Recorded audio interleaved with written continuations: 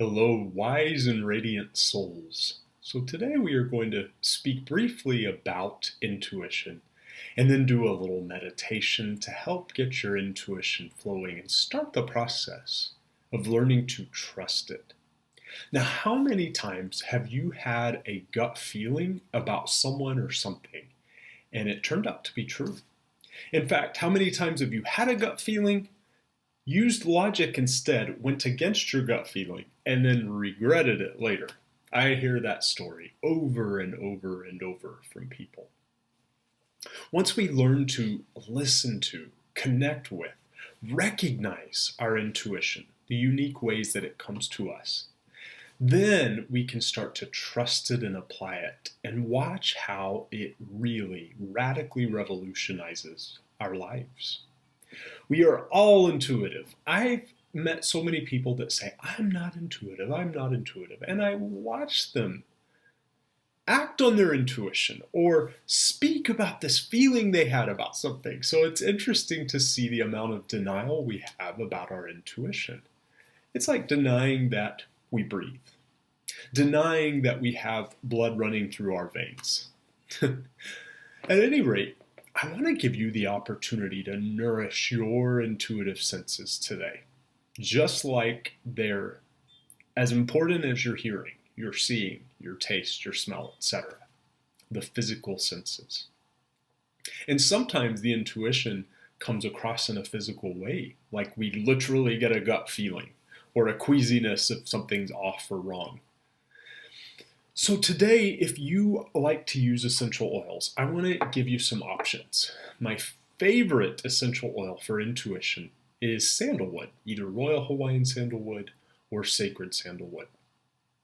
You can also work with sacred frankincense, and there's a blend I don't have on my desk with me right now, but it's Three Wise Men. I love that blend. It's got some of the oils that are mentioned in the Bible that the Magi brought to the baby Jesus.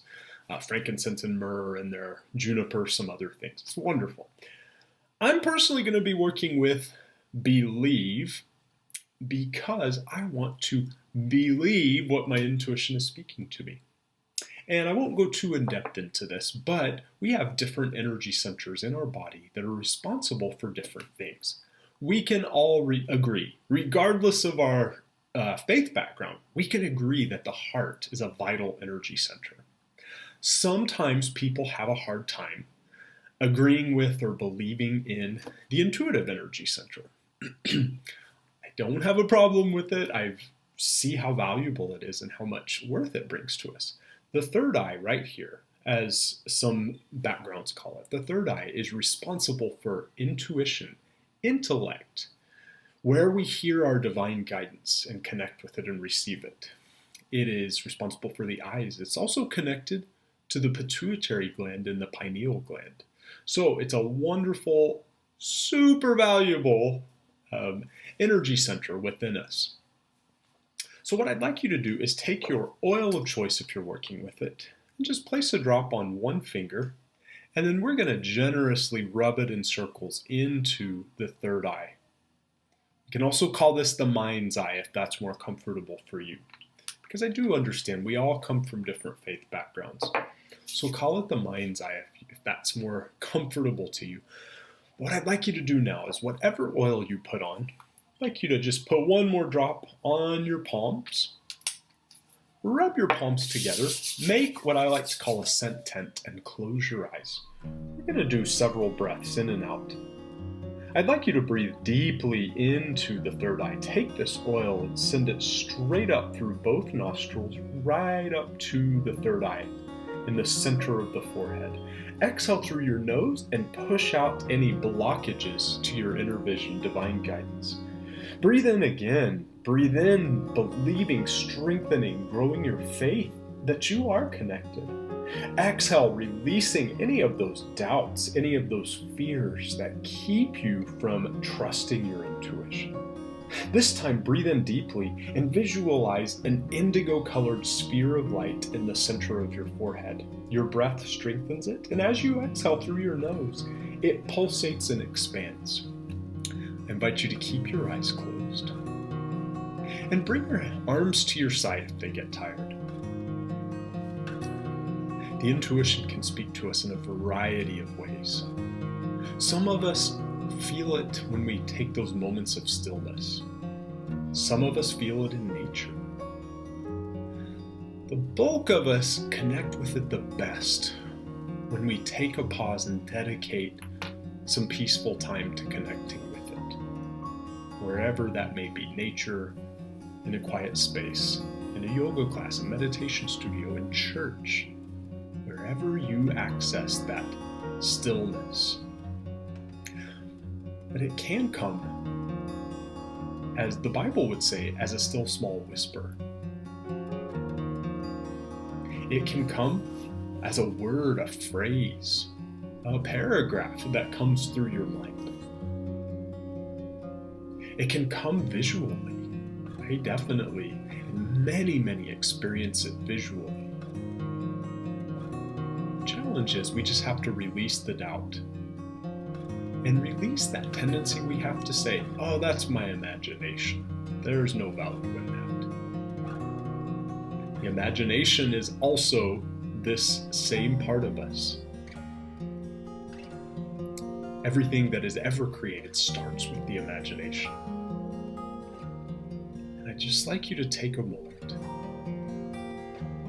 If your intuition wanted to speak any message to you right now, where you are in life, about any topic in your life, what would it talk to you about? What would it say? And I encourage you to take the next 3 non-analytical breaths in silence to receive any information that your intuition wants to bring to you.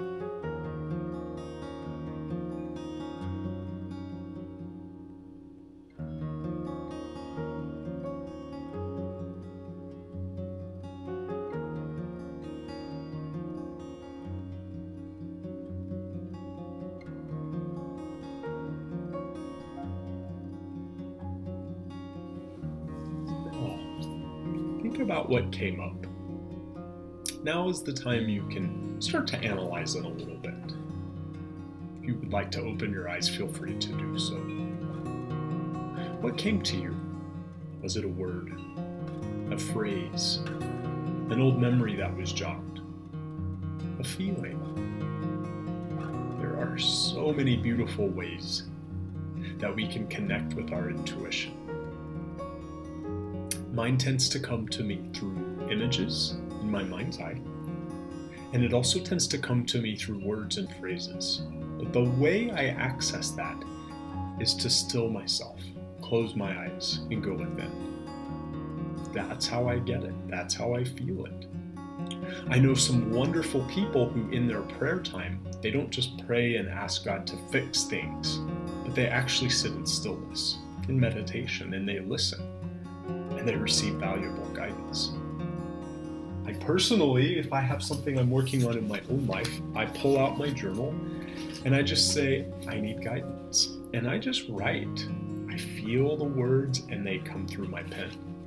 That might sound a little woo-woo and far-fetched, but it's actually very accessible.